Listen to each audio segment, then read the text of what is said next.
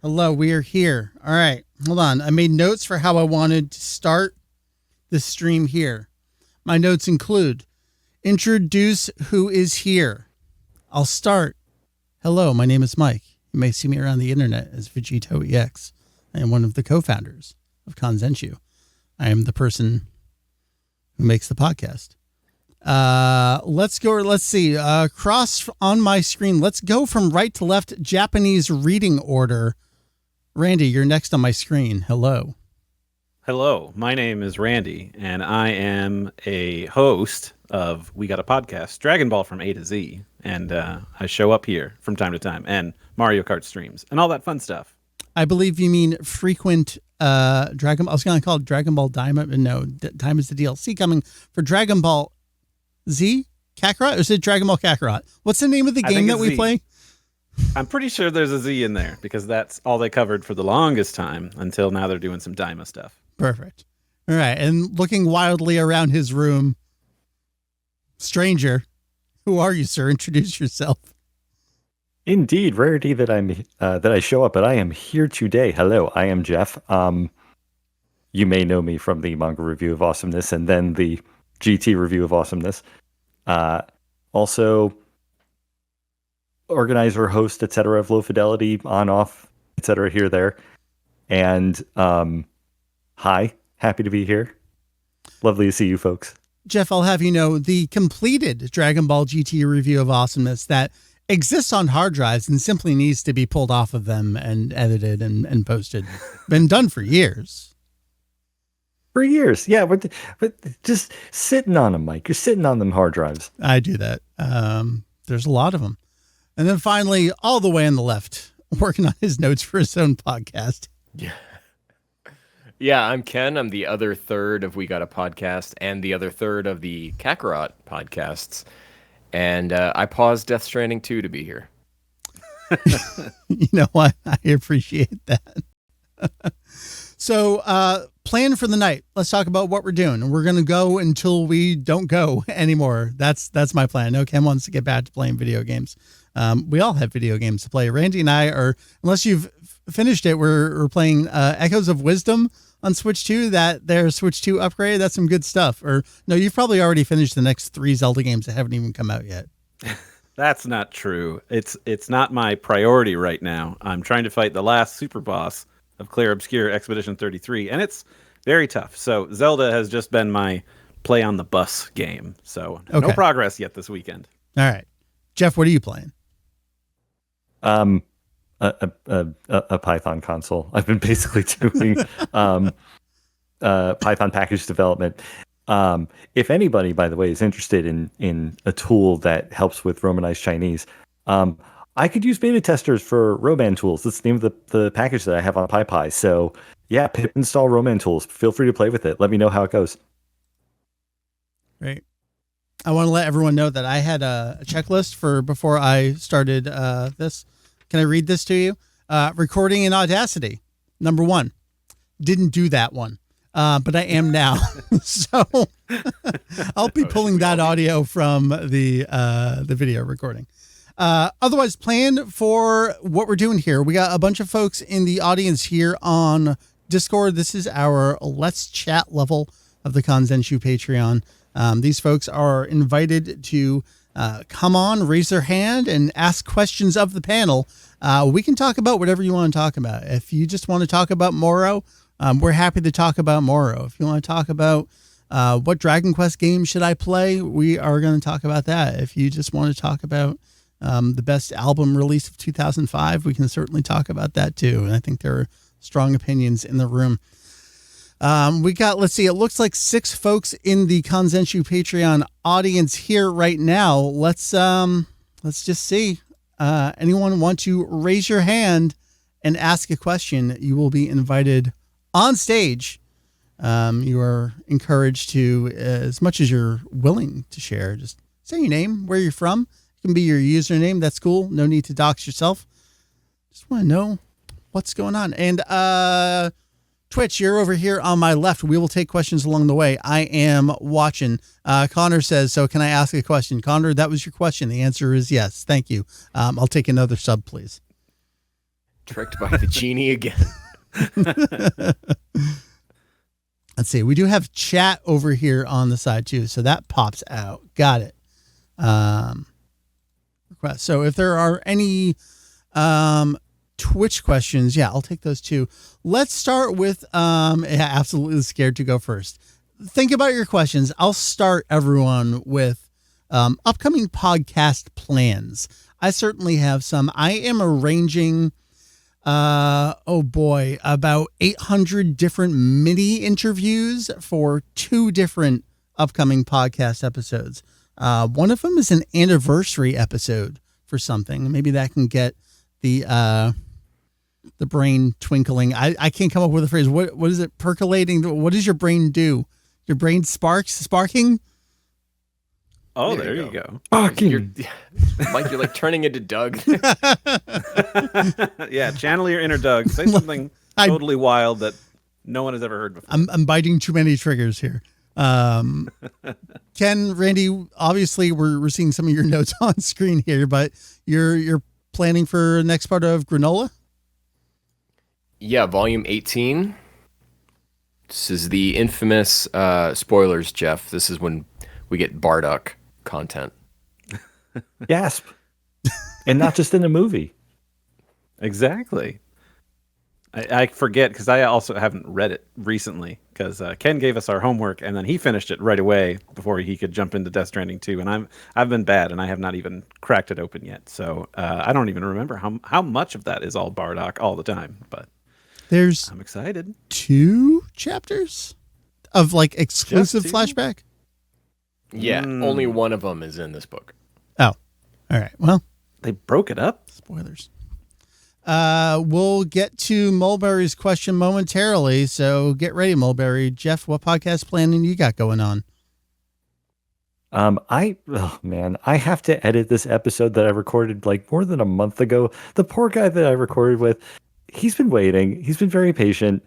We did a review of the third album by Devo, and it was just a very fun 3-episode run. Just going through the early catalog of the band, and series of things just delayed the editing process. And even though I built so many shortcuts into Logic to make it easier, I haven't been able to touch the damn thing since it was recorded, basically. So I need to get that done, and then we will see past that point. I have ideas, not sure yet where to go, but it's kind of nice to have the ability to just do it as I see fit. So, yeah, we'll see what happens. And we're bringing Mulberry on the show. Hello. It's Mulberry. Right? Look at that. Hey. Yeah. Hopefully this works. Hey, look at that. We got a room and everything. We got natural light. I wonder what that's like. I gotta pay the toll real quick. That's true. We did say that this is going to be a BYOB. Yeah, bring your own Bardock. So this was a gift from Vic last year. Appreciate that. This is the Ken, does that count? Does that count though? It's a cover. He's behind glass. I don't want to get him out. Let him sleep. Fair enough. Mulberry, it's great to chat with you in person here. Frequent chatter over on the Discord. Your question for the panel. I'm Mulberry. I'm the self-proclaimed, I think the youngest one in this Discord by far, I think. So this thing I got at San Diego Comic-Con, I think 2 years ago now, and I've always wondered what it is. I got it for $75. I looked online, it was much less than that. But I was curious. I've been using it as a signature thing. Could you tell me a bit about what this is right here? Yes. So what you're holding in your hands is, I don't know the exact issue number of it. Mary, do you want to go on a field trip for me? Are you still watching while we're doing this? Because I don't have them downstairs anymore. I just put them upstairs. Mary, can you grab me a couple issues of this? So when Viz started releasing the Dragon Ball manga in America in, I believe, March 1998, they started releasing in what she says, yes, can do. Perfect. Love this. Love an assistant. She's actually the boss. Viz started releasing them in what we call floppies, which is really just the American comic industry standard format for comic releases. So if you have an issue of, as we do, of X-Men, for example, it's that exact format, same size, same everything. Viz did this in like there you go. 1 or maybe 2, depending on the page count, chapter releases of this. Viz started with both series simultaneously. The dub of Dragon Ball Z at this point in 98 was wrapping up the second half of the second season of the syndication run, the Funimation Saban distributed run on television here. And so to kind of like capitalize on the fact that they were well into that, they didn't want to start just at the original Dragon Ball series. They did both simultaneously. So they started at chapter 1 and is it 194 when Raditz shows up. So those went simultaneously this way for a long time. Look at that. We got special delivery here. This is incredible. Wonderful. So here we have, says thank you. That's issue 1 of, no, that's 2 of Dragon Ball. That's issue number 1 of Dragon Ball as it was originally released here. Oh, and then we've got DBZ as well. So you can see it's 1 and 1. And I think, is my camera backwards? My camera's backwards. Oh, well, we'll deal with that fact. Maybe I'll flip it in post. Spoilers. I won't flip it in post. They came out in this format. So these were $2.95, roughly the same. Oh, it's not flipped over there. Perfect. But I'm screen recording myself flipped. There we go. Yeah, they came out in this format. We have something documented somewhere that Julian did along the way of like exactly how far along this got. At some point, they went straight to tankobon releases, the graphic novel sizes. There are multiple sizes of the graphic novels.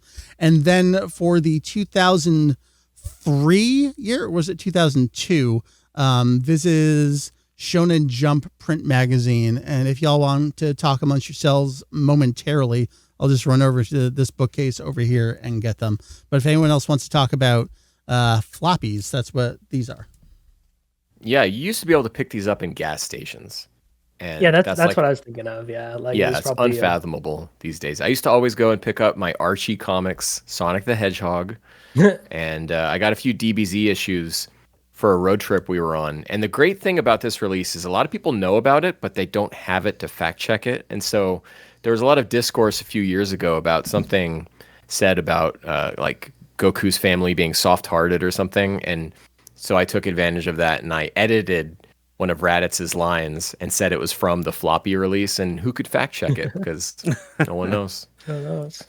I was going to say, Mike, why is this not up on the website for collected releases or anything for the Viz comics? And then I had thought, wait a minute, hold on. I'm starting to remember something. And I checked my DMs with Therese from about 2 years ago. I was doing the cover cleanup. Oh, you were for the wiki page on and that? She gave me one, and the last one I have is from February 2023. She's like, here's the next one, and I haven't touched it, but I did a bunch of them already. So I'm at fault, partially probably for that. It was probably for the wiki, but No, it definitely was, yeah. I was trying to pull up the page for that. So it was, 2003 calendar year that Viz switched over to doing the print Shonen Jump magazine. And at this point, it starts with Mecha Frieza's arrival. They did that through the end of the Cell arc, and then it was graphic novel tankobon only from that point forward. Switched over before I was born. Oh my God, don't tell me this. Ouch. Yeah, so Viz also, they switched to a new size and format of the graphic novel releases once they did the Shonen Jump branding. So what Ken's holding up on our all collective left, that is the smaller, the Shonen Jump branded size. Before that, though, they were doing these larger ones. I think they got like 10 in on both Z, in quotes, and original Dragon Ball. Before this magazine came out, they kind of rebranded everything. And it was there in 2003 when they did the Shonen Jump branding of everything. Like, it really took off. That was their big push against like Tokyo Pop and the other folks in the industry at the time. Smaller format, cheaper. Ken, what was the price on the back of the larger one? I think that was a little more expensive. Is that like $12 or $13? Yeah, larger one is 13, small one is 8. Yeah, exactly. So, a little bit smaller of a size, and you fight by being cheaper and easier to read. So yeah, the paper was so much nicer. It was, yeah. Well, in terms of being easier to read, they probably had that down because Toriyama obviously is like a great panelist. Yeah. Mm-hmm. Yeah. Does that answer the question? It's amazing that between the couple of us, we're all like, "Hey, let me grab this." Yeah. We've got all these things around, but yeah. So these are out there. The rarity is kind of hard to tell because most people don't care about them. So it's like, yeah, they're selling them. Are they probably worth more? I mean, something's only worth as much as someone's willing to pay for it. So, you can do what you can. I mean, I think Therese ended up buying the entire run and it wasn't a problem to buy everything she was missing. I think we only have the first like 5 or 6 of these because at that point we're just buying other things. But it's a great size comparison. Great example. Yeah. Tonkobon versus the Shonen Jump release versus the Viz graphic novel. Perfect. All right. Before I swap off and I'll let Krillin ask the next question. Random question I had. Favorite like bonus page from the super volumes? Oh my God. I love the 2 thing with Cranberry. I think that's great. That is like Toyotaro at his peak.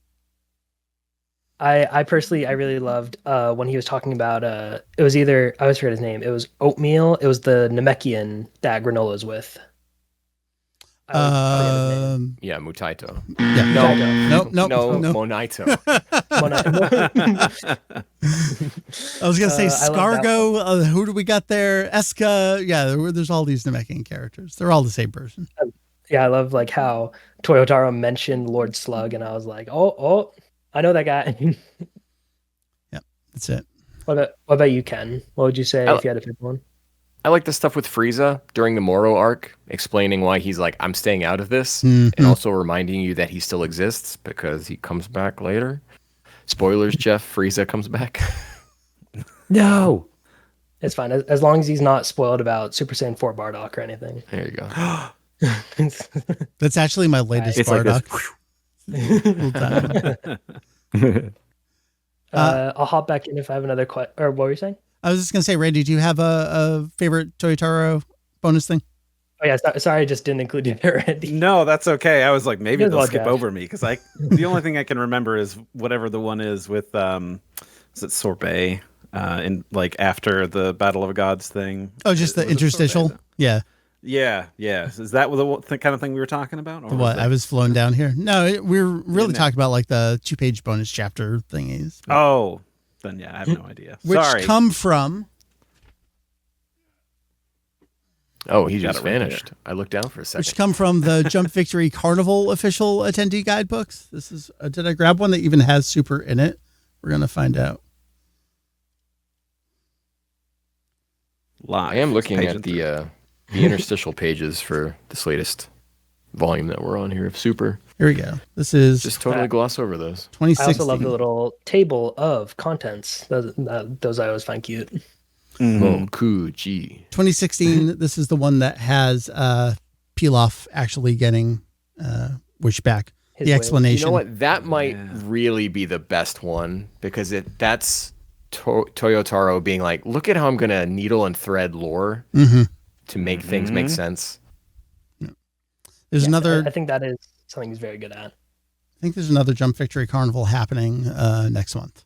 We haven't had a bonus chapter. This is the perfect time for a bonus chapter. Super.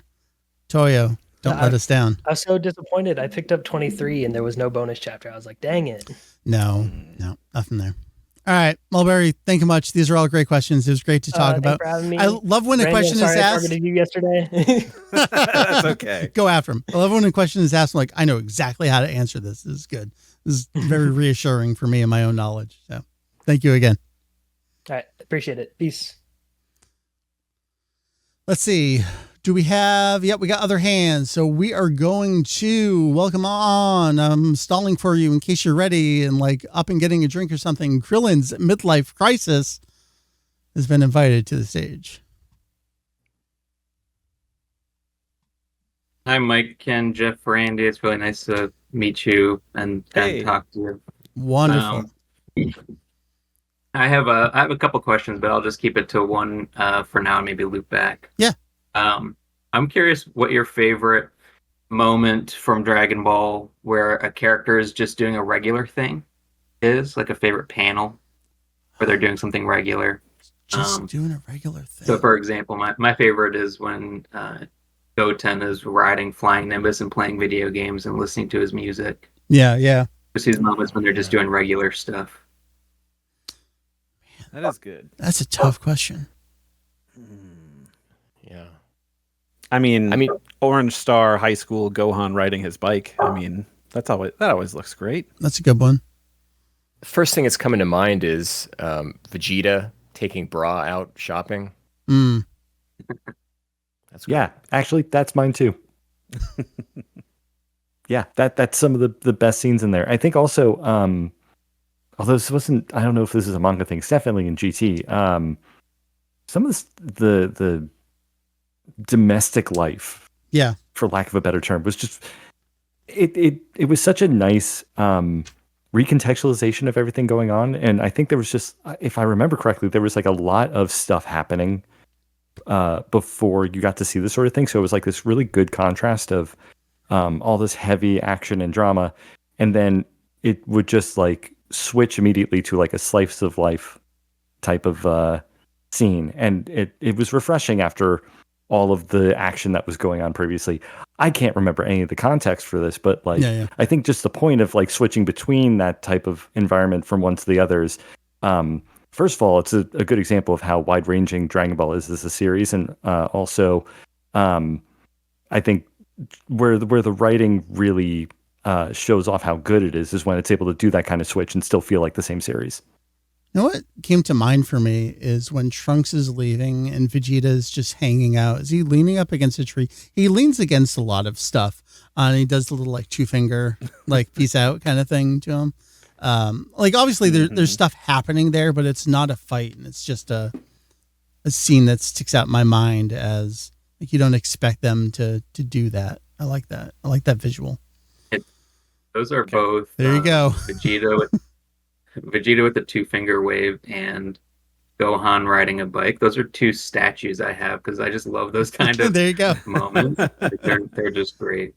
Yeah. How about on the ship to Namek and Bulma just sleeping in her underwear, just and a slob, like, beer cans and everything everywhere. It's like we get to see a new side of this character. Yeah. Excellent. Yeah, that's good.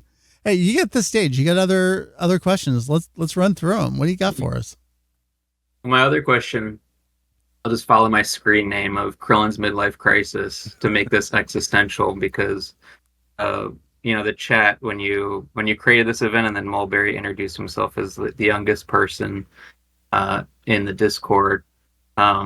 Just I think for me, having kids and introducing them to the franchise, and Toriyama passing away in the last couple of years, has got me thinking about aging with this franchise, and I think we're all around the same age.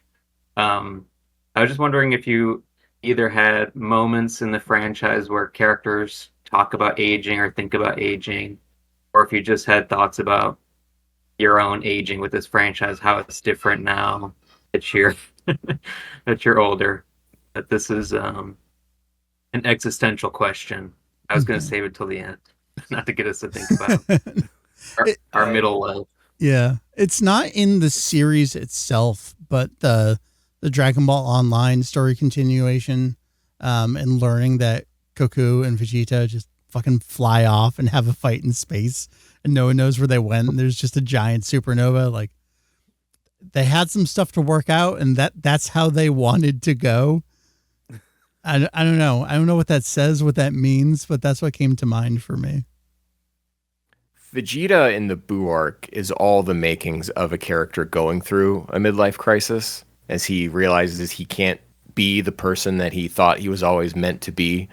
And then he opens up his mind to Babidi and everything. And that's always been my preferred way to read Majin Vegeta. And I've totally just, that's how I can't read that any other way.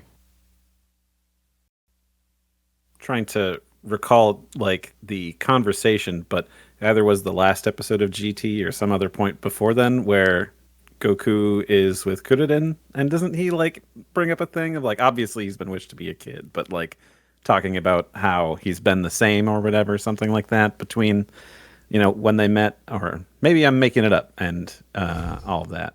I think it's in the No, last that sounds familiar episode. to me too.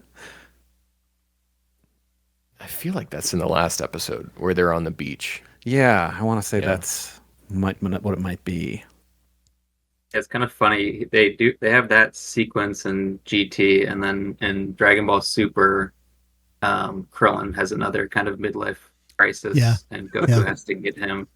They follow Master Roshi's plan to get him out of it and stuff. But That was such a Krillin, weird little thing with like, here's ghosts of all the villains past. Like, we're acknowledging Tambourine. Fantastic here. Well, thank you, everyone. I appreciate it. You If got I it. come up with another question, I'll Yeah. pop it in. Please do. Let's go through the thank you again. Love that. Let's go through the Twitch chat a little bit here. Mary says her relate more as age to Bulma and her crazy beauty regimens and abusing wish requests.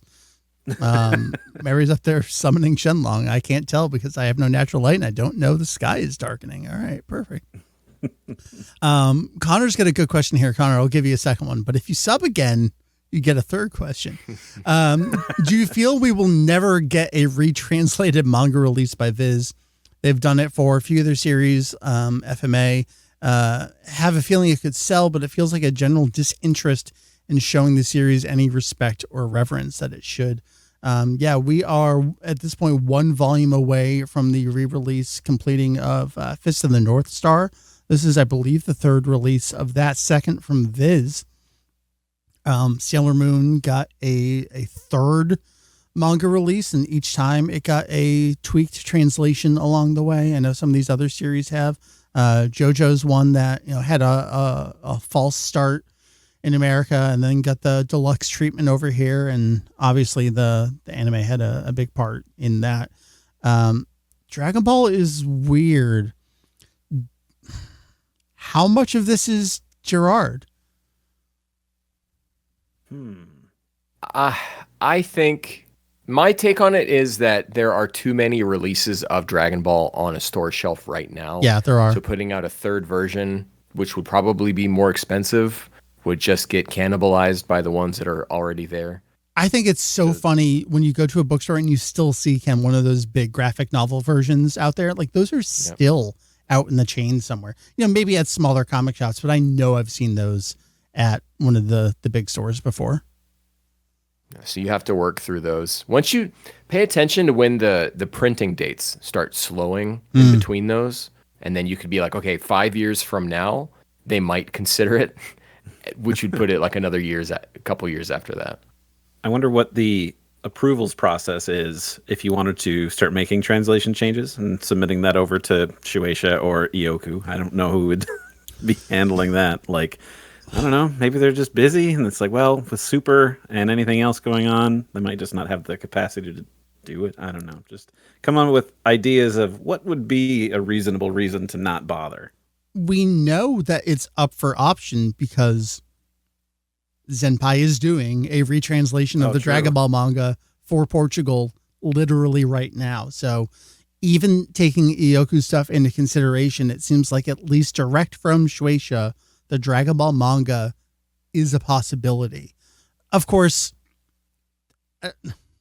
Portugal's a smaller country. It's a smaller overall release than something like an English release throughout North America. So it'd be the US and Canada that would cover. I don't know how much that contributes, but there's certainly, there's always the questions like, why is the American release of like Super so far behind the Japanese release? Because, they do the simulpubs with it. It's like, well, there's a lot is kind of a separate answer to a separate question, but I feel like it's kind of related. They redraw the sound effects. There's always a translation check, second pass on it before they release the collected edition. Supply chain and distribution in America is different from most other countries. We're not just a small, narrow country over here. We are wide this way and tall this way. And it does include Canada usually with our releases. So like there's a lot to take into consideration for a release over here. I really do think it's like the orange brick problem where all this stuff is still on the shelves and that stuff sells. So, especially now with the digital era, they're not going to sell a new version of the Dragon Ball manga when the Dragon Ball manga is already on their $3 a month digital platform. What are they going to do? Swap it out for free? They're going to sell it and say this one's better. I don't know what you do with that. I wouldn't have an answer for how to handle that. So I can imagine that Viz looks at it and goes, just leave it be, you know?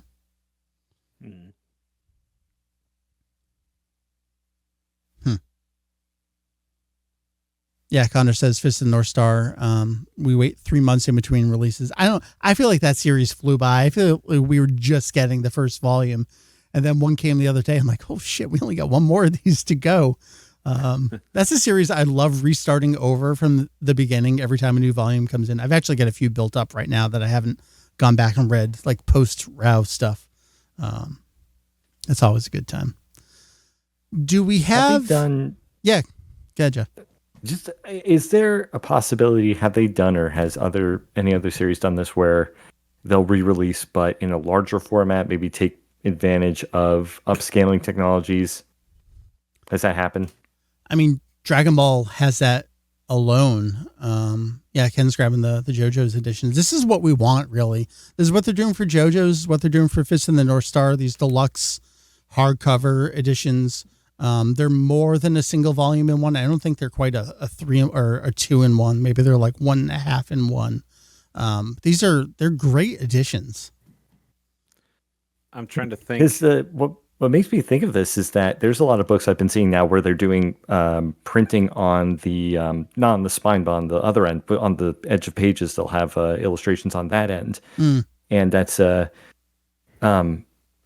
I guess like kind of harkening back to where you had on the spine, you'd have that piece of art broken up across the volumes, but they're doing it on the pages instead, which I think upscale it slightly, put the art on the front like that. I'm sure that would be, especially if it's been a while since the series has been sold. I think there's enough there that could get interest for a new audience, probably. Yeah. Is that what we're doing? Masters. Sorry. Yeah. Yeah. So this is the Japanese release. This is the most recent new release of the manga in Japan. This is the digest edition, where basically it's printed at Weekly Shonen Jump size. So the size of the magazine. So the art's ready. Just put a spine on it. Like actually make it hardcover. Yeah, this would be incredible. And so just to your point about Masters is, they have, for the most part, some of this may have been, Julian went into this at some point, where some of it may be sourced from the Kanzenshuu. There's some stuff that he could go into extreme detail about with regard to fonts and some of the, like, when stuff was available digitally versus some of the fonts that they used here were, like, not commercially available. So they, like, swamped Japanese fonts. But they include all the, like, flavor text on the side and the bottom of the page as it was in Weekly Jump. So, this made sense for a Japanese release because this is how it was in Japan at this size with all that extra stuff. We never got a real Kanzenshuu release in America. This could have been a good alternate choice for us, maybe. This is my favorite release of Dragon Ball. It's incredible. Now I'm trying to think, because we had brought up, maybe it's an Orange Brick situation where there's just too many versions already out there.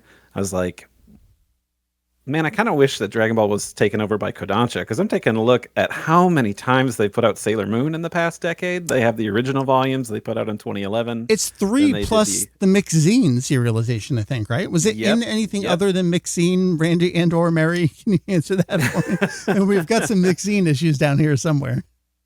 Yeah, so I'm taking a look here on Wikipedia. So there's that Mix Zine whole thing. They had 3-part graphic novels spanning 18 volumes in 98 to 2001.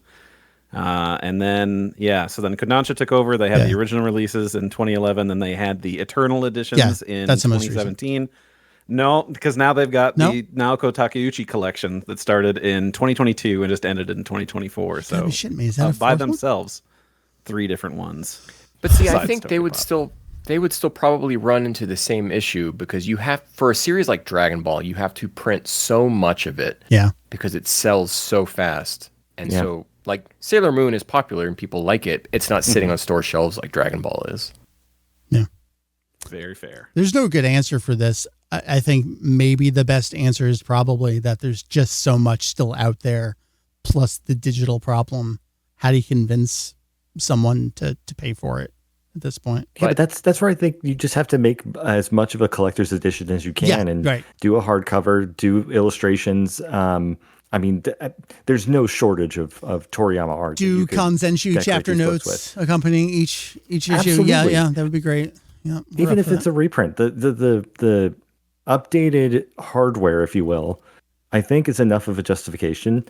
And yeah, boost the price because you have an excuse to do so. If it's going to sell, then get your money's worth out of it and make it a limited run. These JoJo's and they Fist can of the lie North and make Star, it a limited run. These are, I think they just increased the price on it. I want to say they're like 22 or 23 now. They were going for 20. Thankfully, Fist of the North Star is just about done, so I'm off of that price.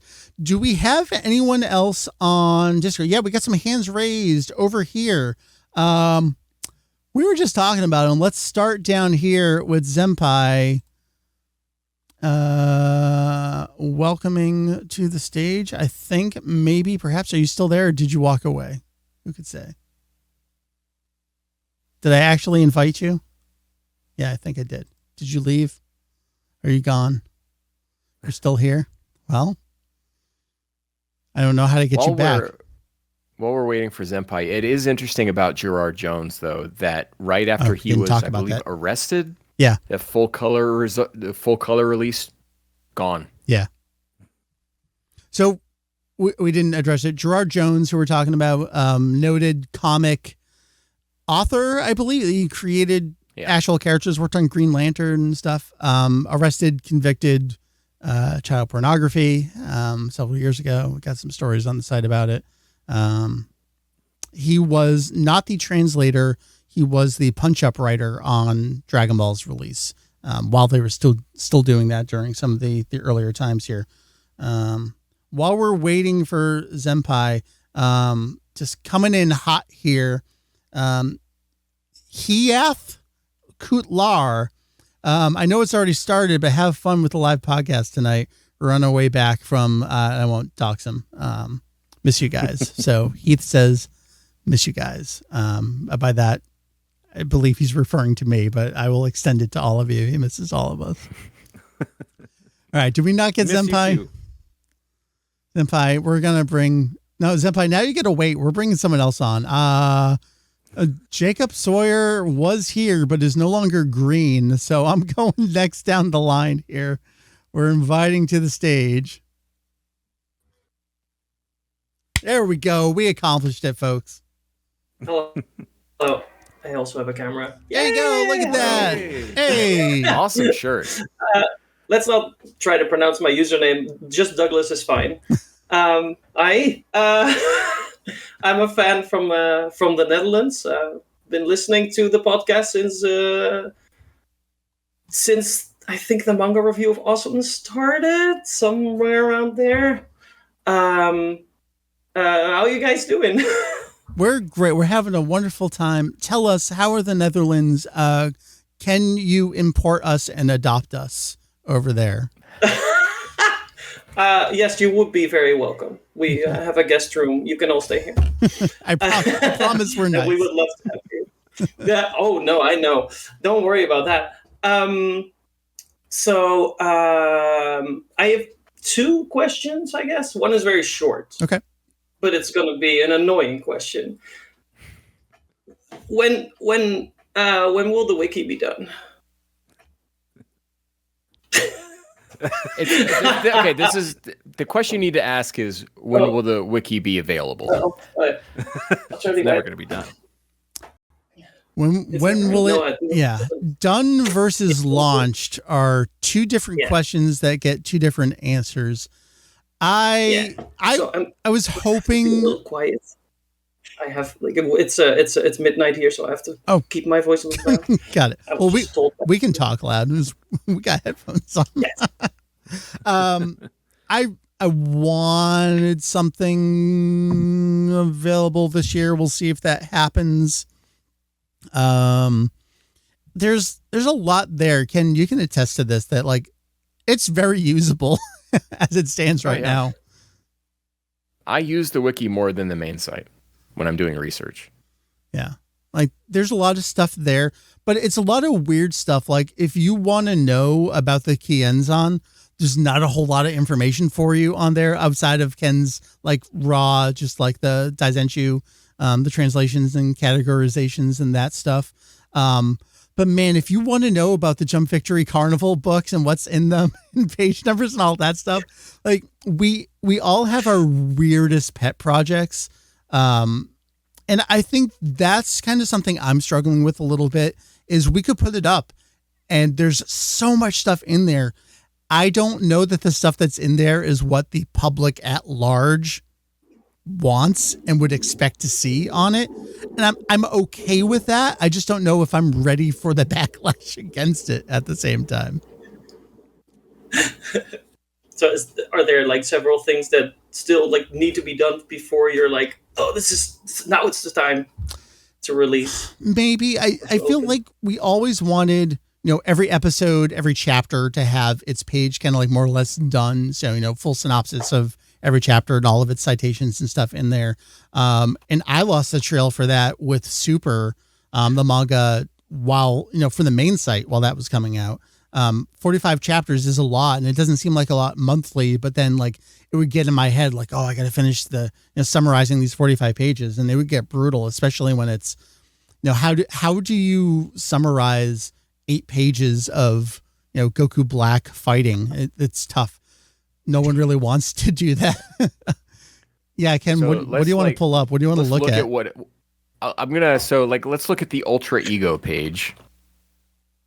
And we'll search for this to show you kind of what the average page might look like right now. So Mike's done a lot of stuff about like the name of Ultra Ego, but then you go down here and it's production TBD in universe usage, which is probably what most like people who use the Dragon Ball wiki are looking for. And we're just like description of attainment and usage. And it's because that's just not what we're prioritizing right now. And so a lot of websites will look like that, but nobody has the references like we do. Yeah, it's not just Kanzenshuu 2. This is why I'm so excited. So I can give you an example. I'll come over here to the key manipulations page, and I can show you just what the this is what the references all look like. And this is exact page numbers in the different guidebooks or whatever, wherever we're sourcing this direct information. Then there's a lot of stuff like here where it just says, fix me, Dragon Ball Heroes, fix me, Dragon Ball Xenoverse 2, because we have to independently research that stuff and then also figure out how to cite it. Yeah. So there's just a lot of the wiki still is in this condition. And if people are fine with that, I'm more than happy to I'm confident to just go ahead and release it as is. But yeah. I know Therese had a lot of music stuff that she's like, don't you dare put this live until I finish going through this. Yeah, let's look at that. We want to look at some of that. Yeah, do you want to pull up? What would it be? Type in Kikuchi, see what comes up here. That's probably Devil's Castle theme, Kikuchi. Here's one. So like, right, there's a whole section for theme analysis that's still empty, but yeah. But you have this, so Kanzenshuu catalog, official catalog, tonality, so D minor, and then the different releases it's been in. So a lot of really good stuff here, but every page is still, not every page, most pages are in a like anywhere from 30 to 75% complete. Yeah. There's a few good ones that we of course link on the main page of the wiki that were like, this is more or less complete. And there'll be weird ones like, did I make the Towale page, like the fusion character from Dragon Ball Fusions? Like I finished that page, so we'll put that live. But yeah, there's this is my baby. The timeline wiki article is the coffee is page still, like, live. not even. Yeah, can you bring up the, Ian's coffee page? Oh, coffee. I don't remember that character. So this is all the instances of coffee in Dragon Ball. Incredible. Could you read the first sentence for us, please? Coffee is a bitter soup made with water. So where's the lie? Incredible. All right. So did we answer your wiki question? Yes. Yeah. Okay. I have another question that's more personal, I guess. That's Do you guys like board games, and what kind of board games do you play? I like them and wish I had time to play more of them. And I think I aspire to wanting to play like the 5-hour games, but then I glaze over at the rules and I'm like, never mind. Can I just play Ticket to Ride instead? I love Ticket to Ride. Anyone else? I will say that. Oh, sorry. No, go ahead. That's Randy. This is the one. Ooh. I like to play this one. How to Rob a Bank. It's easy to learn. Because the worst thing about a board game is that you get it and then you spend 4 hours trying to learn how to play it. And then by that point, you go home afterwards. Yep. Very true. All right. I'm going to call on Jeff. So there is a YouTube channel that I watch with people who play board games, and they're funnier than I am. And so it is much more interesting to me to watch other people play that are funny than to have me play them, not be funny, and then, have hours of my life taken away that I could have been doing something else while listening to other people play games. It's essentially my terrible answer, but it's a No Rolls Barred, UK-based YouTube channel. They play a ton of board games. One of my favorites that they've played, though, I'll just mention is Nemesis, which I'd never heard of before. It's basically the movie Alien, but as a board game. And there's so many crazy rules and challenges to it, but it's sort of like a D&D campaign where it's like when you have a really good DM and very creative players, you can have a very incredible story coming out of it. And Nemesis is like the board game version of that as well. So I would absolutely recommend, if you have a couple hours to spare and listen to something or watch something, that is definitely a recommendation. But playing wise, yeah, nothing lately. I'll put it that way. I played Dungeons and Dragons yesterday. I do it every 2 weeks, and that's a lot of fun. Otherwise, there was one I was trying to remember the name for that I haven't played in like 10 years, but I've recently been having the itch, and I don't have it anymore. I'd have to buy it again. But one of them called Tokaido, which was just kind of a pilgrimage across Japan, collecting various things of arts and culture, and buying souvenirs and things. I don't know. It's fun, and it's just got a very, very cool art style, very calm and zen. So that was the one off the top of my dome. Cool. Okay, I'd like to have one follow-up question, but it's a little. It requires a little preface. My brother and I, one of the things that we have in common is that we really like Dragon Ball, which is a great thing to have a brother for. We also like making board games. So we started when the Dragon Ball was first on Dutch TV, or rather Dragon Ball Z. We kind of got into it and got very excited. Got all the magazines which had all the things from the future that we haven't seen yet. And we did this. We developed this for years and years and years and years. We're almost done, 99% done. And I was wondering, Mike, would you like one? Yes, 1,000%. So all right. Mary, are you still there? Can you grab me if you're there? Upstairs, I think it's next to the TV in the loft, the CRT, the unopened board game that we never played. I think it was right as the pandemic hit. We were actually trying to arrange an actual table setting of playing this game with a camera overhead and microphones around the table. We wanted to play it, and then that just didn't happen. Somewhere, wow, that was fast. Somewhere over here, I have the. Gosh, man, you are just incredible. So this is Hey, Mary. Dragon Ball Z Power Up board game that we bought on clearance from Target for $9.97. Oh shit, I've not seen that one. Multi-level board game. I don't know anything about it, but we wanted to play this one day. Oh, it's probably a better view on the back. Oh yeah. So there's that. Somewhere down here. Oh, hold on. They need a Tenkaichi Budokai board game. What's going on? Yeah, that's part of our board game too. Oh, that's awesome. We took so many things from so many Dragon Ball sources. So this is the pen and paper game. This is the cyberpunk guy whose name is escaping me at the moment. Mike Pondsmith, that did these, licensed from Funimation back in the day. These are the books that I know I've posted about this, where there's information about the cosmos in Dragon Ball. People are like, this is a Kanzenshuu scan. Like, no, this is the guy who barely had information writing a pen and paper RPG book. So these are all things that I wanted to play. Give me your game is where I'm going with this. Well, we'll have to arrange like how we are going to send that when it's done. But this was like asking you, and I think asking Team 4-Star like if they would like one. That was always part of. Well, I say is that part of your marketing plan? Yeah, that's a good plan.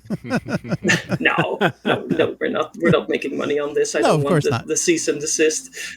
No, I would love to do it. Absolutely. Whenever you're ready with it, gimme. Cool. Yeah. We'll figure that out at some point. But that's it. Well, thank you for your questions. Thank you for staying up late.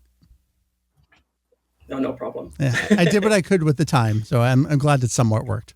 No, this is great. All right. I'm off tomorrow. It's fine. Oh, wonderful. There you go. Appreciate it. Thank you so much. Thanks. Let's see. We got more hands raised. So who's still around? Senpai, you still there? I'm gonna try. I'm gonna say I have to get going, so I'm gonna bounce out. But have fun, everybody else. Randy, thank you. Thanks for having me. You got it. Bye. See you, Randy. Talk to you Tuesday. Bye, Randy. Oh, he just left. And Senpai. Hello.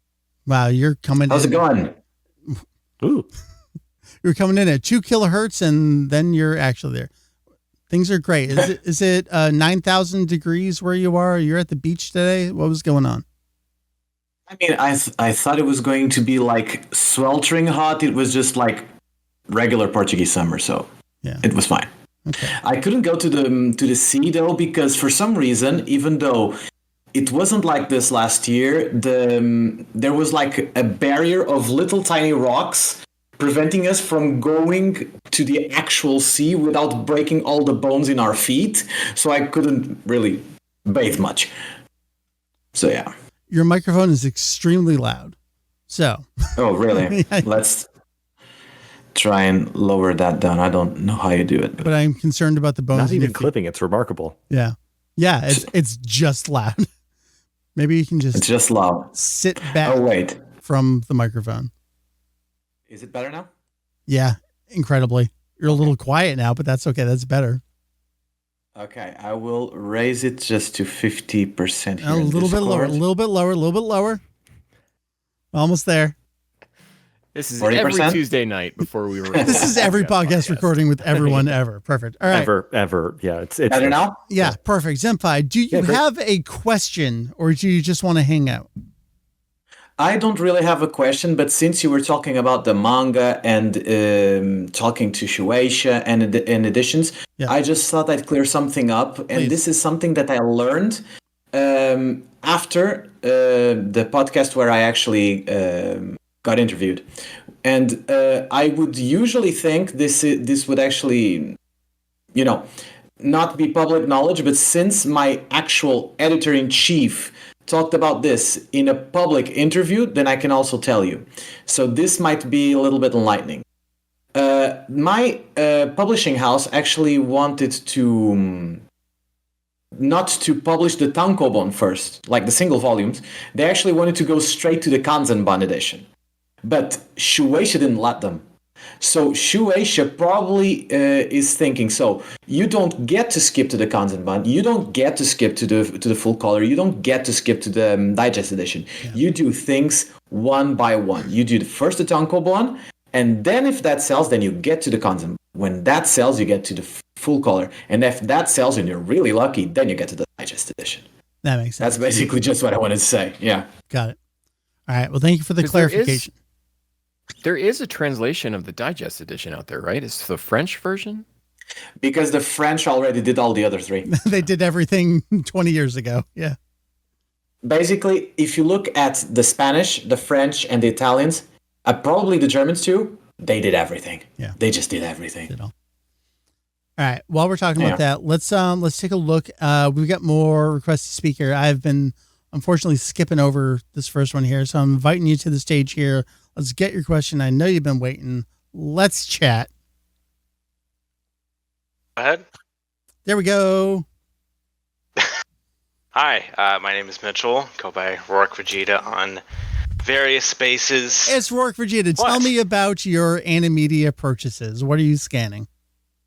Ooh, I have a big stack, not Animedia right next to me, some various other things. Actually, I have one from September 1983, so nothing that really correlates to a lot of the stuff you guys like, other than, I guess, Dr. Slump, which was kind of fading out at that time. It's not, as it aired and premiered, it got a lot of coverage, but then kind of died out.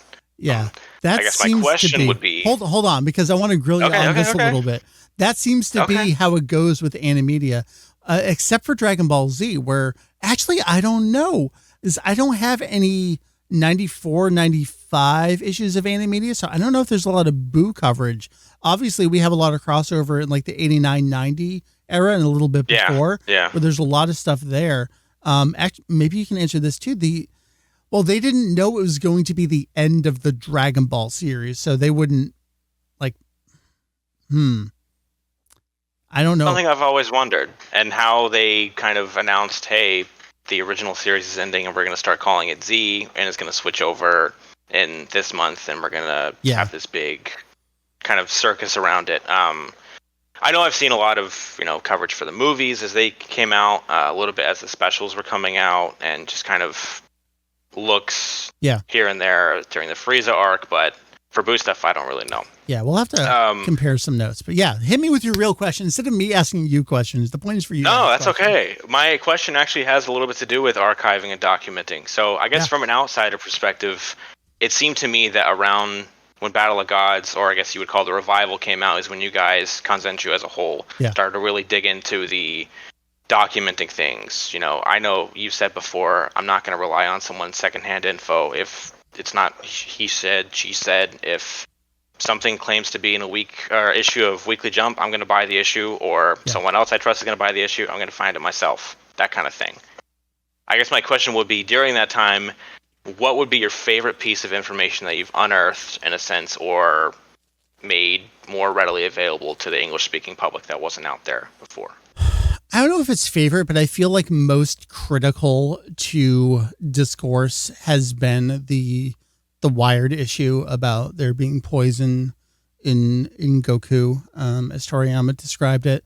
I don't know if I've told this story, but Julian bought that issue and then it was lost in the mail and he had to rebuy it. I think it was that one.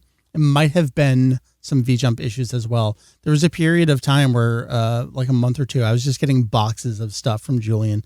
That was like the basis for my original shelving down here.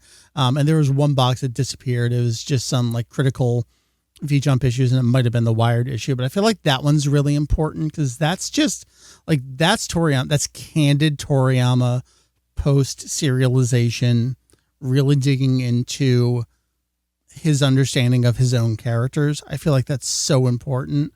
And I'm really glad that we have that. It's the kind of stuff that you just don't see anywhere else. Maybe that.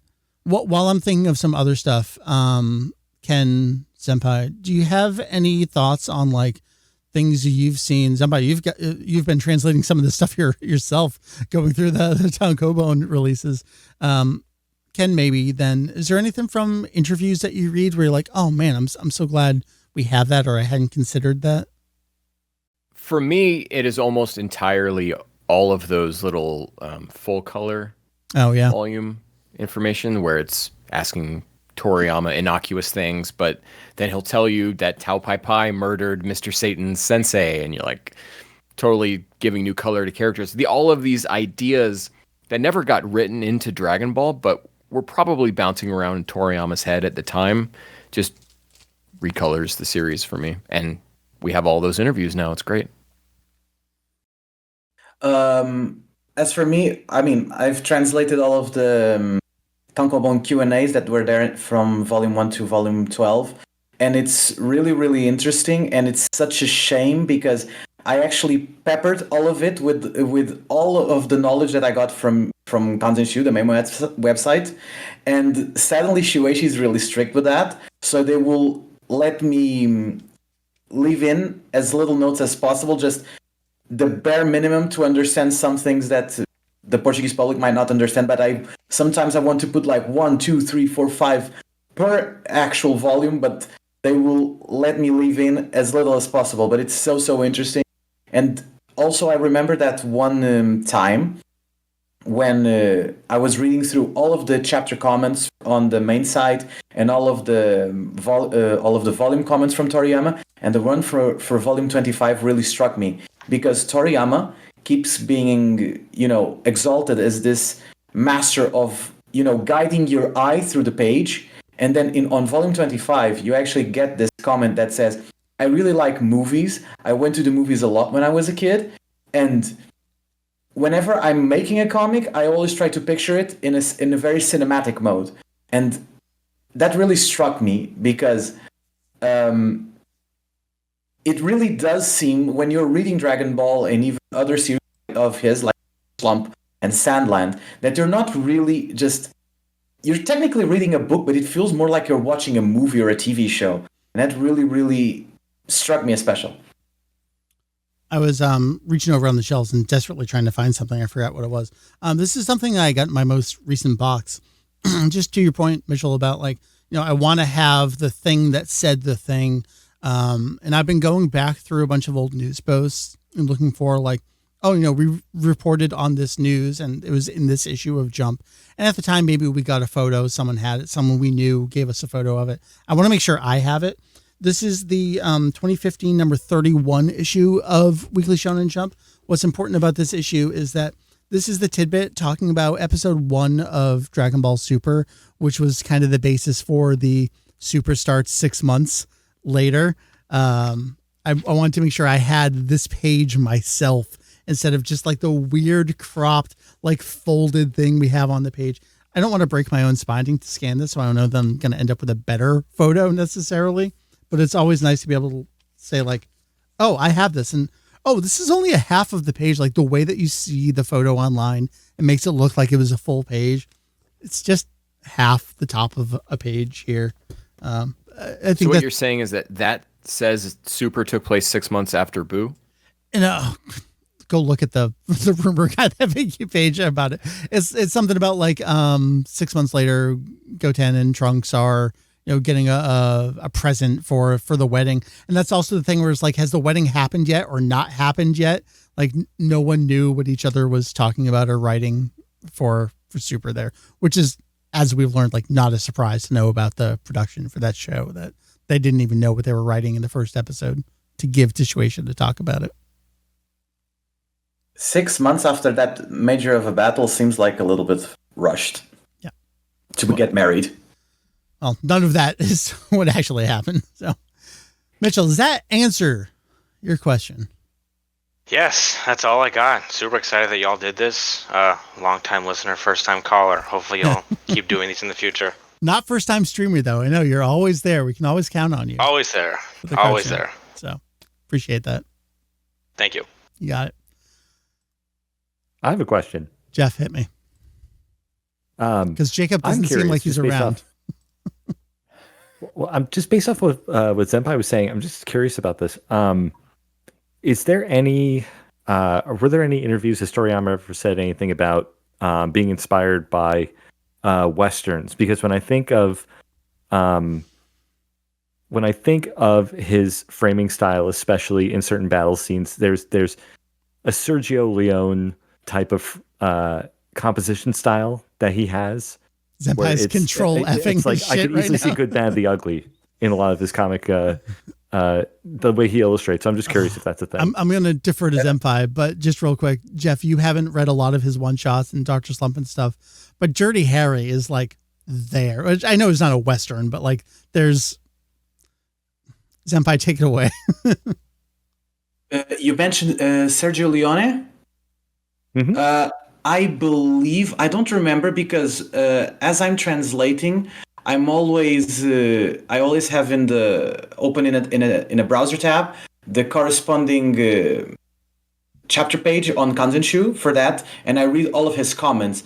And I know that he once mentioned, I don't remember if it's a volume comment or a chapter comment, but I do believe he mentions the last emperor of China. Yes. I don't remember exactly where, and I don't remember the name of the director, but I do believe he's Italian. I will just check it out real quick, and then I will get back to you.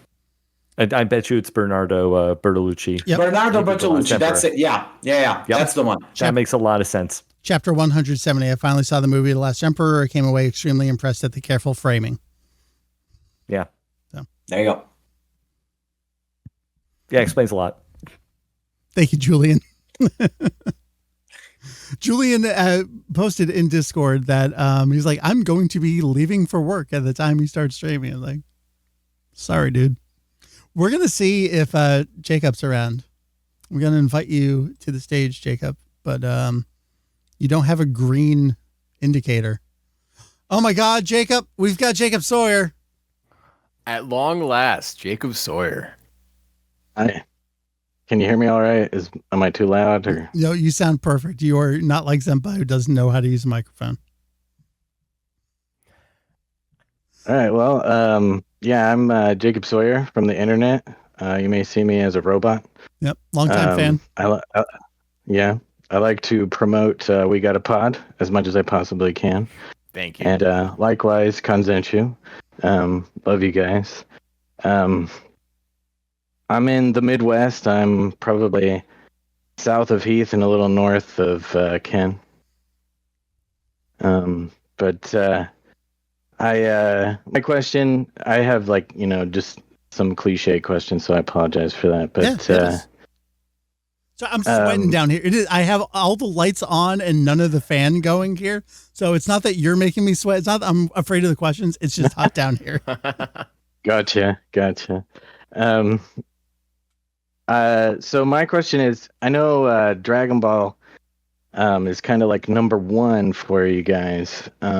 Maybe not for Jeff, but I was just kind of wondering, like, if it hadn't have been Dragon Ball, what would the alternative have been to go down the line after all these years? It might have been Mortal Kombat or Street Fighter for me, honestly, from a video game perspective, but also from a storytelling perspective. I'm only I would say within the last 10 years, starting to understand what I loved about Mortal Kombat and its mythology was how much they were just stealing all these wuxia storylines. And that's what grabbed me about Dragon Ball as well, that I didn't understand at the time. I really love the first 3 Mortal Kombat games and Outworld and Earth and the tournaments, all that stuff, just that is for me. And I see a little bit of that in Dragon Ball. We get Demon Realm, we get space. I just love how all that stuff kind of ties together. So I discovered, I was big into video games, and I would have discovered that stuff just a couple years before Dragon Ball. Think about when Mortal Kombat came out. That was a few years before I found Dragon Ball Z in 1996 with the Funimation Saban syndication run. I was really into it. I think one of the even projects I made in college is we were learning PageMaker, because did InDesign even exist yet at that point? Jeff, can you fact check me on this? When did InDesign come out? I would have been in college. It started in 2000. Did InDesign exist yet? I made we were learning how to make page publication, official print stuff. I did a history of Street Fighter in PageMaker for that. That's continued with me. I wish I had more time in my life to play Street Fighter 6, but I don't. I think for me, it probably would have been Mortal Kombat and Street Fighter. And then there's also a distinct possibility that I would have done a Futurama podcast, but thankfully the Talking Simpsons network exists to cover that for me. Ken, I'm going to go to you next. Yeah, DC Comics and or Breaking Bad. Those are my 2 things. Super easy. Senpai, what about you? Easily Avatar: The Last Airbender. Yeah. It's the only thing in my fandom that even comes close, and I'm super distraught that we never got a complete soundtrack for the series, a decent video game for it. I mean, some have come semi close to decent, but we still don't have a decent video game for it. And there's about to be a new expansion for Magic the Gathering that's all about Avatar, and I'm extremely ready to go bankrupt, but I will get those. Wow. What is going on with Magic the Gathering right now? They're Yeah, just it's the whole crossing thing. over. They're like Lego now. Yeah. Pretty much. Aren't there like 8 Avatar games on the DS? It's like Bleach where you turn around and there's another new game coming out. Let me count. There's 1, 2, 3, 4, 5. I think there's only 4 on the DS. All right. Well, Jeff, what about you? It's probably just music. Let's condense it down from there. What is Well, first of all, to answer your question, 1999, Mike. That was paid. All right, that so- was InDesign. So it didn't version 1. exist yet, but it probably wasn't like the de facto industry standard by that point. Yep. Okay. Yep. Well, I mean, I can answer this most accurately because I was obsessed with something else at the time of Dragon Ball, which is Evangelion and Oh, anything yeah. Gainax. Oh my God, Jeff, I was thinking about Every Breath You Take the other day for a couple specific reasons because of a video that I may have made and submitted that uses and incorporates real footage, but it's only like a couple seconds of it. But then it made me remember that like you're the reason that there's a rule about that for AMV contests. You want to tell that story real quick? I know it's not relevant to anything, but how did you ruin AMV contests? Yeah. Okay. So so I thought, hey, this video would be good to submit to Otakon, and this was before Vic would take over. If Vic were running the show, I would have had that video in that contest easily. But it was a pre-Vic. I forget who was running at the time. Who's Matt at that point? I'm sure. Matt. It was Matt. Matt Pyson. And so, so I submitted because I'm like, I mean, there's technically plenty of anime footage in here, even though it features mainly the original music video of the song. It's just intermixed, and very quickly got it returned back to me saying, yeah, no, for legal reasons we can't. We won't be able to show this, so yeah, we got disqualified. And from that, they had to, they had to make a rule specifically so that there was a certain percentage of anime footage in your music video in order for it to be part of the contest. There has to be anime in your anime music video, Jeff. Well, so the thing is, I did a re-edit of the video because the number that I was originally told, and I don't know if this was ever an official number, but they said 50%. Yeah. And so I went back through the video and I counted the amount of time that the anime was on screen versus the music video. And it turned out there was actually more time for the anime on screen than there was music video. So I would have fit if it was a 50% number. But I think that wasn't official, essentially. It essentially just had to be like the majority of the video or like the vast majority of the video had to be anime footage. And so, that's where that ruling comes from. And yeah, I don't blame them because you're already playing it close to legal territory by just having full-blown songs in there. Having to incorporate music videos, definitely crossing a line. So in my old age, I have no issue with the ruling, let's put it that way. Yeah. All right, so we got Mortal Kombat / Street Fighter, we got Breaking Bad or what was it again? DC Comics. We've got Avatar. Got Evangelion, big Evangelion fan here too. I think that answers your question. I don't think we have any other hands raised right now. So do you have anything else for the panel, Mr. Jacob Sawyer? Well, I was just going to ask, what's your favorite Toriyama work that's not Dragon Ball? Oh shit. Sandland. I've got it. Ken, how much? Hold on, Ken. How much other stuff have you read? That's irrelevant. Jeff, what's your answer? Dragon Quest, because I don't even play the Dragon Quest games. You were so into Builders 2, wasn't that? Wasn't that? Yes. Yeah. Exactly. Yeah. Exactly. Because of Builders 2. My favorite and probably the only Dragon Quest game I've ever played. I did play Builders 1, sort of. Yeah. No. I love it has the same kind of whimsical quality to the artwork as Dragon Ball. Yeah. Or at least it feels that same kind of whimsical sense of like the initial run of the Dragon Ball manga specifically. In terms of character design and some of the monsters. And I think it'd be the closest thing for me for sure. Ken, while we're talking about this, do you still have a window that you can pull up from the wiki? Can you pull up my Dragon Quest article there? Because I want to talk about the slime design from Toriyama. You can just search Dragon Quest. I'm sure it'll come up.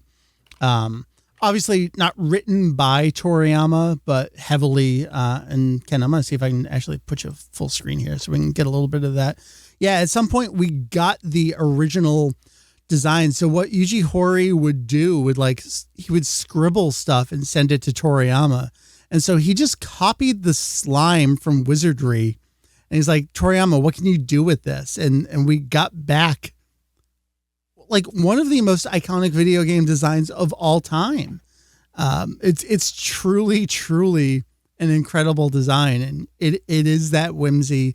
It is that fantastical. It's so approachable. He's such a genius. It's just like, it's so simple, but it's an incredible design. The slime is traditionally the first enemy that you will encounter in any given Dragon Quest game. And it's just such a smiling welcome into the world of that series. So, and people have to understand, simple is hard. It is really, really, really hard to make something that illustratively simple, but still feel relevant to the environment and have people buy into the simplicity. That's audience buy-in is a very hard thing to do when you illustrate simplistic characters.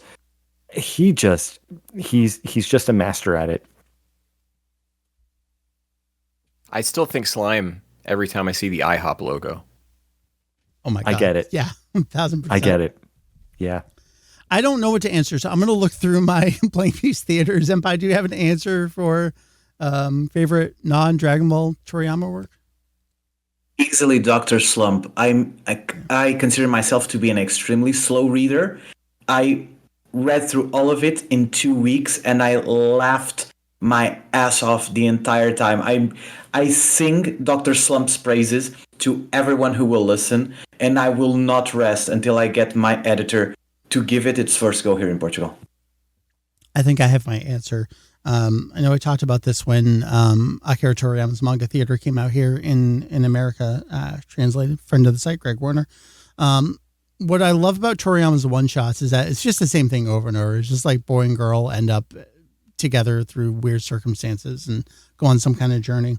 For me, Mad Matic is where he finally understands how to tell a story in 45 pages, however long it is. And it's also the one where we get Dragon. It says 2-page spread. It's like he figures out short storytelling. And his block lettering is just incredible. And it just kind of never stops from there. Not necessarily a fan of some of his later, like boy-only stories, like Kinosuke and Mamajiro are fine. I think that 80s, early 90s era of the Toriyama one-shots, those are really, really spectacular stuff.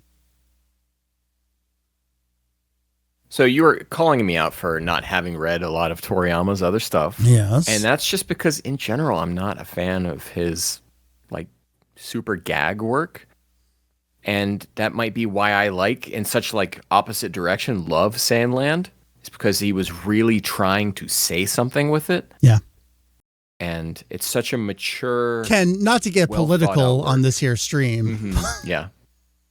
But Toriyama had a message to share. Good answers. Good answers. Jacob, what about you? Probably Sandland or Koa. I like answers. those two a lot.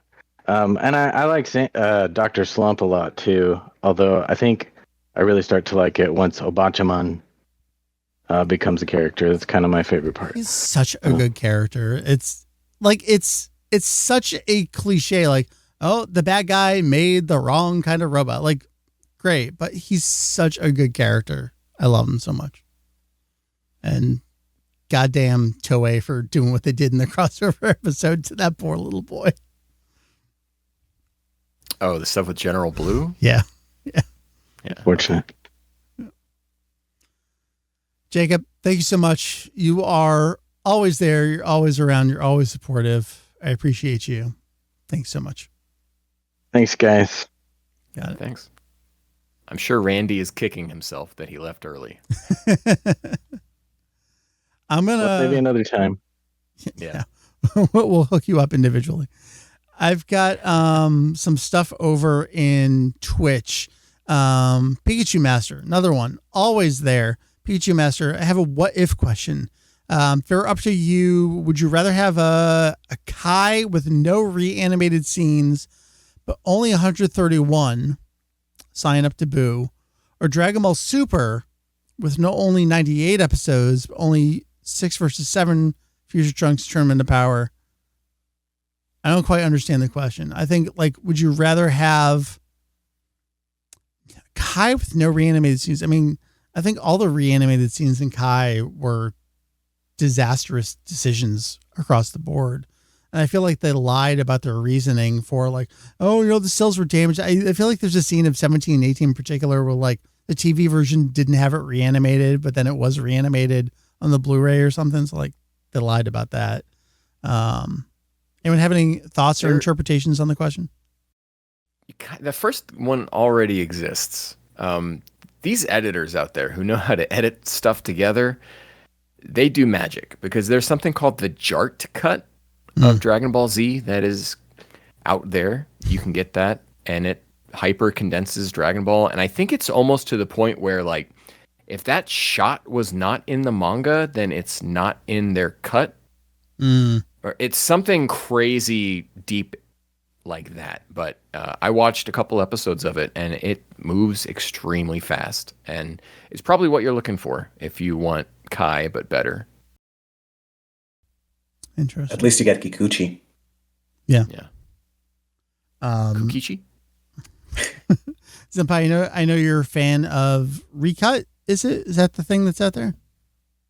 Yeah, pretty much. Recut is pretty much what Ken was talking about, except for the first Dragon Ball, and it's a recut of it's like if early Dragon Ball had a Kai version, but with Kikuchi, and also not just, you know, snip snip snip. If it's not in the manga, it's not in the cut, but it actually respects cinematic language and makes it flow super nicely. So I actually saw it, and as soon as I saw it, it's like, I'm never getting back to the original. It's like, I will just watch this because this is the way the show should have been made in the first place.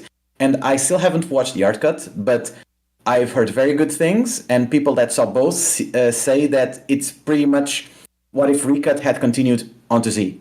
So I'm excited. And I think what we're getting at here is none of us really want anything from Super. Yeah. I would really like, a second go at Super, but, you know, get the manga and then put it onto animated format with the animation style of Daima. And I would just, like, drool.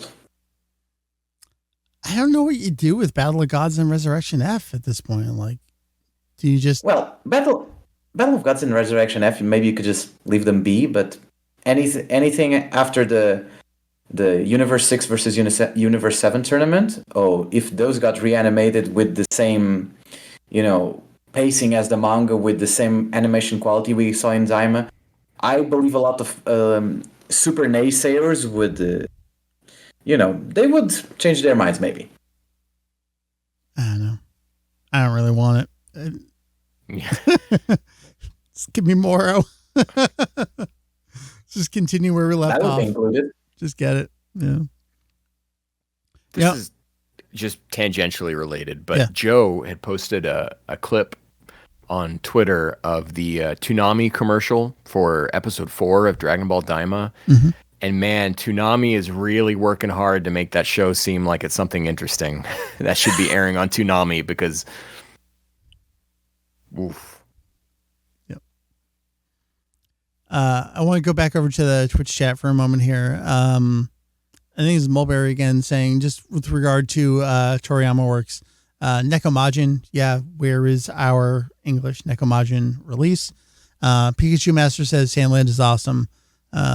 Mulberry again, just want the Jaka manga to be an OVA or something. So that's with regard to the most recent question there. Yeah. They could have bought wanna do themselves the, time during Super. Yeah. You want to do the video game question from Lunar? Yeah. Where was that? Did I skip over it? That was in Twitch chat above Pikachu Master. Above Pikachu Master. Oh, yeah, because he was stepping away. What are all your imaginary ideal Dragon Ball video games? Genres, arcs, art style, maybe even a dream studio. I feel like Fighters was it for me, and then I couldn't get super into it because for me, the disconnect is the light, medium, hard attack buttons and special buttons. I'm just to an earlier point, like I'm so old at fighting games, I need distinct punch and kick buttons, and I can't figure out, like I can't do modern controls in Street Fighter. It doesn't make sense to me. So as much as I love that game, like my brain couldn't understand just I think Marvel vs. Capcom 3 did a similar thing where it's just light, medium, hard, maybe special or guard or something like that. But Fighters was kind of it, like, oh, we got, it wasn't Capcom, but it was, Arc doing a tag versus game with incredible artwork. I did get Super Dragon Ball Z on PS2. And I love that game to this day. My ideal game exists. It's called Dragon Ball Z Kakarot. This is about as good as you're going to get for me. Great. Senpai, what's your favorite Dragon Ball game? That's not the question, but yeah, I'm kind of split because on one hand, I do agree with Ken that Kakarot is the Dragon Ball video game I've been waiting for all this time, but it has a few issues for me. Like, first of all, it doesn't use nearly as many Kikuchi tracks as it should. Second of all, you can clearly see that the second half of the game, the production value kind of goes down really fast. And, gameplay could use a little bit of tweaking, but I really, really like it, and I really enjoy what they were going for, and it's clearly top 2 favorite Dragon Ball games for me. The other one, it's the first Budokai game. It's very imperfect. It has a lot of issues, but my God, the soul of that game, it just oozes with style.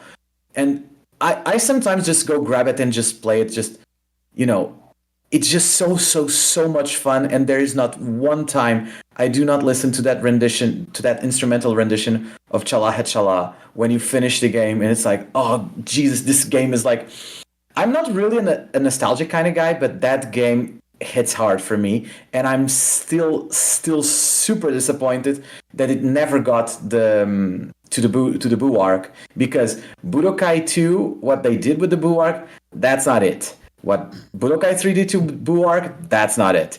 What Infinite World did to basically everything, it was close, but that's also not it. So I'm super sad that, I actually translated the interview where the producer and Torishima talk about all of the issues that they had with the first Budokai, and all I could think about is, well, if you had done things right in the first place, maybe you could have gone to the Buu arc and not just, stop Dragon Ball Z at 75%, but I digress. That stuff is so worth reading. You're talking about the 3-part, was it Unite Tokyo? Was that the event it was from? Going through Unite Tokyo, yeah, to 2018, I think. Yeah, that's incredible stuff to learn about that. The basis for the rumor of, well, they didn't do the Buu arc because America wasn't up to it yet. Like, they weren't even remotely considering us at all. They didn't give a shit about the American audience, America came to them and said, "Would you let us release the game?" They're like, "You want this? Okay." Just not to mention, a lot of people thought, "Oh, you released this game in 2002 to coincide with the Kanzenshuu, right?" And they were like, sure, we did. Yes, we were thinking about that from the start. Yes, of course.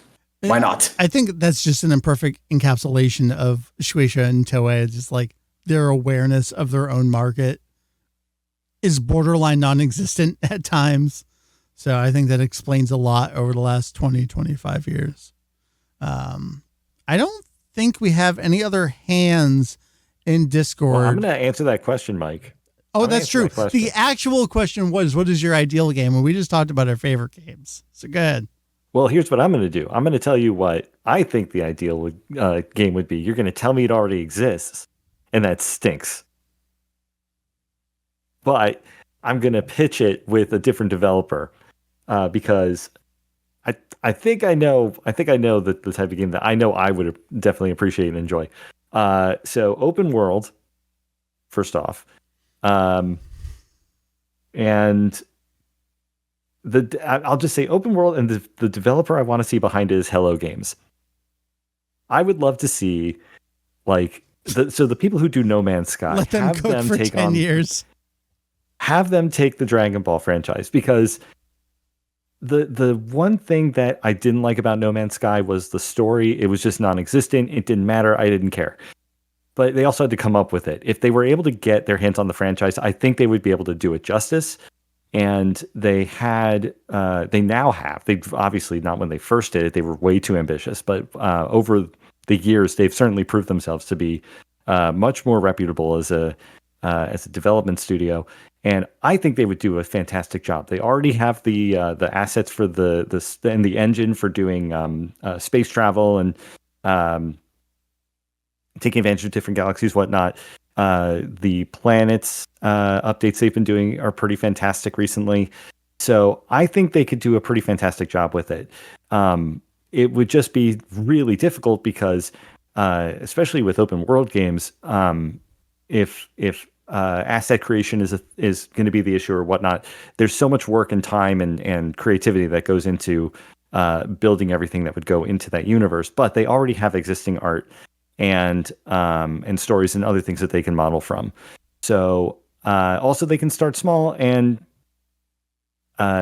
essentially release updates to the maps and whatnot over time as they get further into the story. So they could start at the beginning of the manga, make an open world game based on that. Collecting his interviews from Toriyama and seeing all the ideas that he wasn't able to do, that's all fodder. That's all stuff that could be thrown into this. So I think there's just a ton of potential there. And so what game already exists that kind of does this? So Kakarot's not entirely that, but I call it a faux open world game because you do have access to an entire map, but the map is segmented, but you can kind of within the segments fly wherever you want.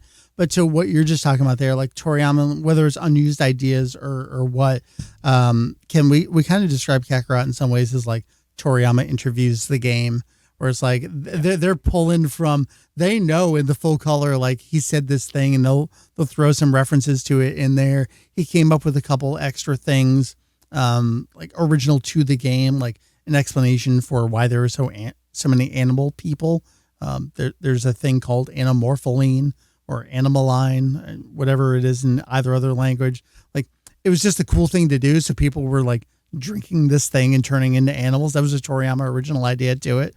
But Kakarot's kind of the closest approximation we have. Yeah.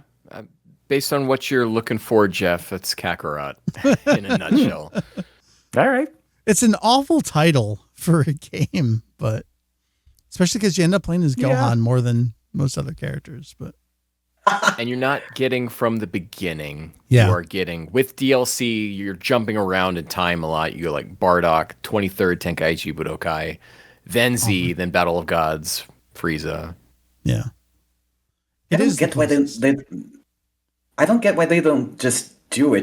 They have all the assets. Even in the 23rd Tenkaichi Budokai, they already made a playable Kid Goku. They already have all the assets. Just do it. Well, that's why they're doing Daima, because they already did the work on Kid Goku, so they just adapt that model for Daima. So, yep. Well, I think that's. I gotta at least take a look at the chat. Wouldn't that be Dragon Ball Online? Yeah, that is a good answer. We did have an MMO that was produced originally for the Korean market. That was, as open world as MMOs were back in 2000, whatever year that came out. Long since shut down, but exploring the world, exploring the maps, exploring the mythology of the series a little bit. I know it's open through custom servers these days. I somehow have never dipped into that to check it out. I feel like I probably should, but I didn't.